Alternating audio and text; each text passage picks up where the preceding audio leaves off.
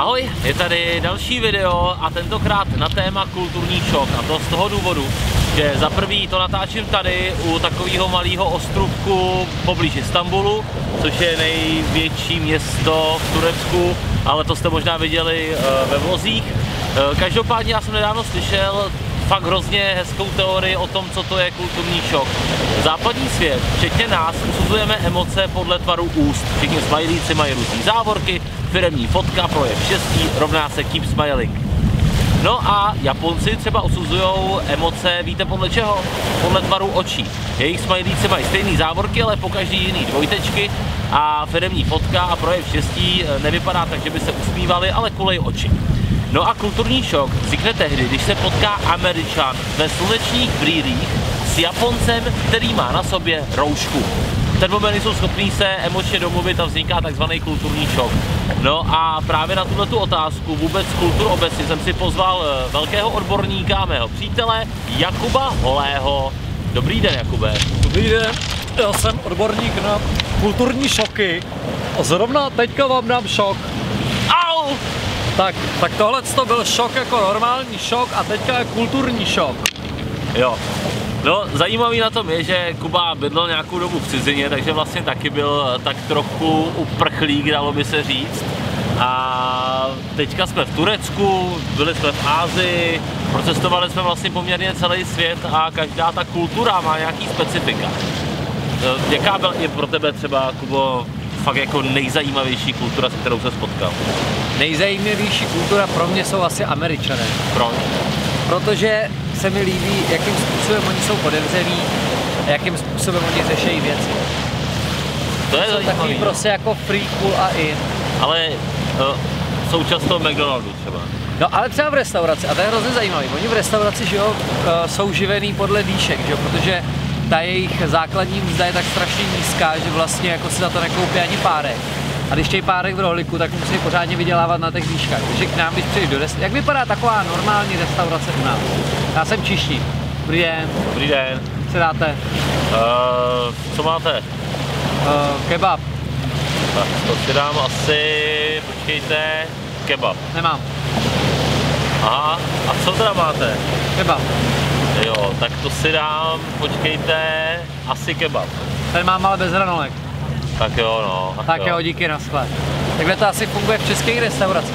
A v amerických restauracích to funguje asi následovně. Dobrý den, já jsem Jakub Holý, moje jméno je Jakub Holý, jsem váš dnešní Čišník. Co vám můžu nabídnout? Máme naprosto úžasnou nabídku a výběr. Můžu vám nabídnout jídlo, pití, levanduly a můžu vám tomu nabídnout i kámen. Hej, Jacob, a co byste mě doporučil? Já bych vám doporučil naši dnešní naprosto úžasnou specialitu, která je kebab. Kebab? Ano, opravdu kebab. Ano, tak kebab. To si dám jeden kebab. Tak to není problém a k tomu bych vám dal zdarma ještě sůl. Hned mám lepší den, dal jste mi sůl. Tak asi takhle nějak to vypadá v Americe. A my když jsme byli v Americe, jak tam byl takový týpek a měl takový fousy, že jo, a bylo to v LA, kde oni vlastně jsou jako vlastně snaží být herci, že jo. A přišel a říká, už jako nás obsloužil a všechno, a pak přišel a takhle měl jako za zádama 2 ruce a říká, teď pro vás mám 2 možnosti. Možnost číslo 1 je Bill, to znamená rysí, to znamená účet. A možnost číslo 2 je dezertní menu a zase mě poslala Race. Kubu dneska už po druhý pokakal Racek. Jen abyste věděli. Ale to přináší štěstí. No pro mě jako nejzajímavější kultura setkání s ní bylo asi v Tanzánii, v Africe, kdy vlastně ty lidi vědí, že jste jediná chodící peněženka široko daleko. A tak za váma třeba přijde taxikář a řekne: hej, můj nejlepší kámoši, čau. Čau. Prosím tě, pojď, ať vezmu taxikem. Tak jo. No, ale ty máš říct, že ne. Aha, tamhle jde loď. To mě vůbec nezajímá. Není to naše loď? Není. Dobře. Ne, nechci jet taxikem. Kámo, ty můj nejlepší kámo, ty se tam jinak nedostaneš než taxikem. Ale já nechci jet taxikem. Dobře, v pohodě kámo, nerozčiluj se, v pohodě. No a pak bych Kubu ještě třeba 5 kilometrů sledoval, jestli si to náhodou nerozmyslel, což je docela otravný. No nic, takže to byly naše zkušenosti a zážitky s kulturním šokem. jestli vy jste zažili nějaký kulturní šok, anebo jste byli někde, kde vás to fakt jako vyloženě dostalo, může to být i v České republice, tak mi to napište tady dolů do komentářů. Pokud se vám líbí tyhle ty videa, tak dejte tady odebírat někde. No a pokud se vám to fakt líbilo, dejte like, a pokud se vám to vůbec nelíbilo, tak dobrou noc. A nazdar a čau Ani. Čau. Není to za našeho. A tady křik, Jarda. To je hezká tato. Hezká, no. Ale že je prázdná, to bychom mohli jet.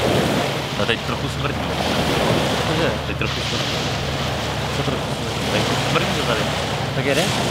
Tak ale natoč si taky vlog. Můžeme natočit jinde? Ale podívej se, to je hezká loď, a je prázdná skoro. Ale to nebudeme z toho. To nevadí, to je jiná loď. Jakube. Tak jako nemusíme zrovna tuhle lidi. Tak můžeme jít šlapadlem. A koukejte skoro. Ale to bude loď asi nějaká jiná, ne? Já vím, že tady jezdíš. Pak půjdeme zeptat, kolik to ještě točí.